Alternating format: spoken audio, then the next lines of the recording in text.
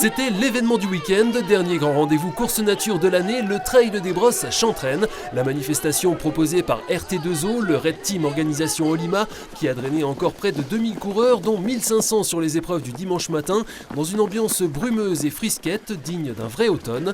Sur ces images, le moyen format de 22 km qui emmenait les 600 coureurs jusqu'aux abords du réservoir de Bouzet, ici à proximité de l'étang de la Comtesse.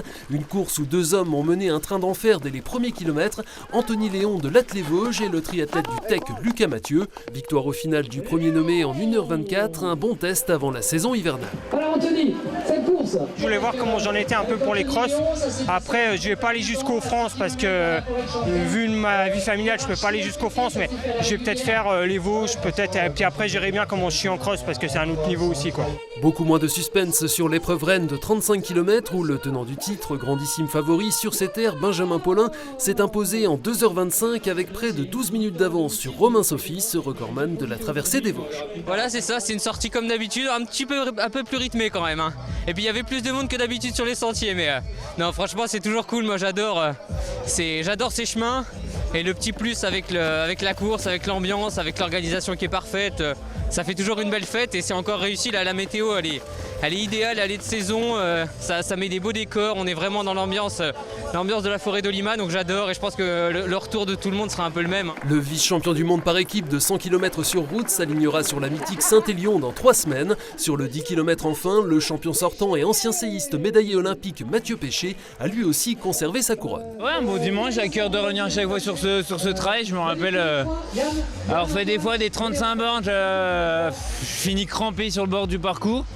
Et du coup, je me suis juré de plus jamais vers le 35. Du coup, je suis descendu sur le 10. Chez les femmes, l'ex-fondeuse Clara Abel, ici à l'image, s'est imposée sur le 10 km. Marjorie Aubel, des coureurs de Châtel, a fait de même sur le 22, alors que Chloé Pfister a remporté le 35 km. Suite des courses hors stade samedi prochain avec le Fluo Night Trail à Rupt-sur-Moselle et le Challenge Borowski dimanche à Vittel, le premier cross-country de la saison. 2 jours après une frustrante défaite au tir au but chez les Yetis du Mont-Blanc, alors qu'ils avaient le match en main, les Wildcats de l'Épinal Hockey Club avaient à cœur de se racheter samedi soir dans une patinoire de Poisson-Pré encore pleine à craquer. De retour de blessure, Philippe Nemchek montrait la voie en ouvrant le score après 3 minutes de jeu. Les Bisons de Neuilly revenaient à hauteur dans la foulée, avant qu'Épinal ne passe à la vitesse supérieure avec 2 réalisations en l'espace de 30 secondes de Peter Reorchak puis Mathus Rudzan.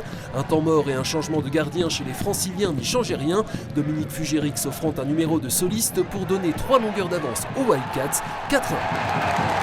Au cours d'une deuxième période plus compliquée, les Spinaliens font d'abord le dos rond avant d'accentuer leur avance en infériorité numérique par l'intermédiaire d'Anthony Rappen.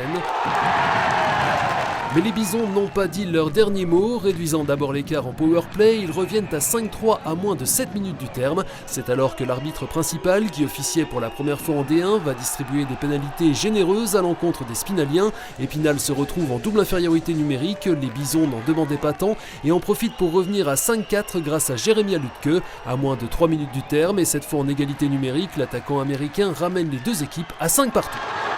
Sanctionnés juste avant la fin du temps réglementaire et en infériorité numérique pour la première fois du match, les visiteurs ne tiendront pas longtemps en prolongation face à des Spinaliens révoltés. Peter Reorchak fait mouche et délivre Poisson-Pré.